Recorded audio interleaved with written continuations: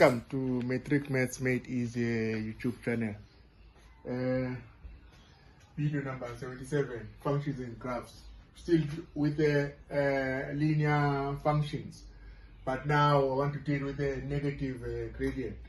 So let's assume that f of x or y is equal to negative x negative 2. Yeah? Y is equal to minus x minus 2. So as we did with the x plus 2, so what we do now here, so we call it g of x. So this one will, let's say y is equal to g of x.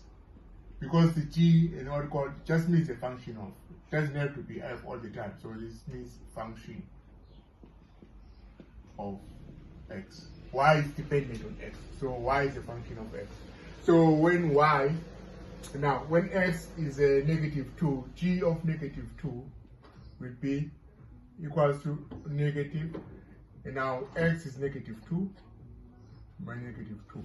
So a negative and a negative get a positive. Positive minus 2 we get a 0. So we get a y equal to 0. And then we got your coordinates here, x negative 2 and y equal to 0. We'll plot it on the graph now. And then we got x equals to negative 1. So g of negative 1, which is a function of x, would be negative times negative 1 minus 2. Negative times negative, you get a positive, minus 1, you get a negative 1. Minus 2, sorry, you get a negative 1. So we got your coordinates minus 1, x minus 1, and y equals to negative 1. And then g of 0, when x is 0, g is negative 0, negative 2. Negative 0 is 0, so get negative 2. So the coordinates here will be 0 and y equals to negative 2.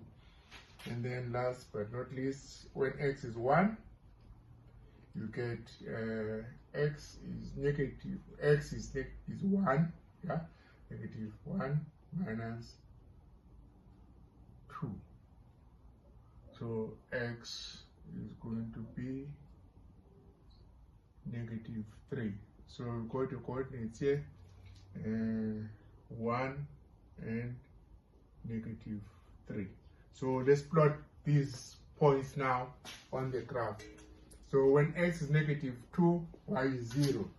When x is negative 2, y is 0. So I will put a cross now because they are together. And then when x is negative 1, y is negative 1. When x is negative 1, so x is negative 1 here. Yeah. So this point here, I put an x again, y is negative 1. So actually for drawing a straight line, just need 2 points. And then you can just join them because the gradient is the same. Anyway, let's do the next point, 0 and negative 2. When x is 0, y is negative 2. So your y-intercept is negative 2. And then when x is 1, where is your negative 3?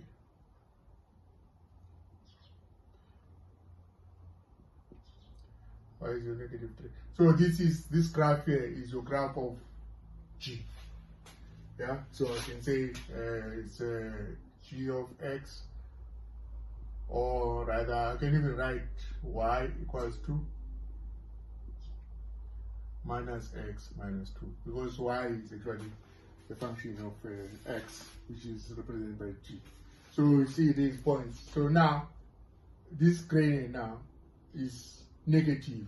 Yeah, we know it's negative 1. So m is less than 0. So m is equal to negative 1, which is a negative gradient. So what happens now here? So how do you interpret this? This means that as x increases, yeah, from a very small number to a very big number, your y values actually decrease, yeah. So with a negative gradient, as x,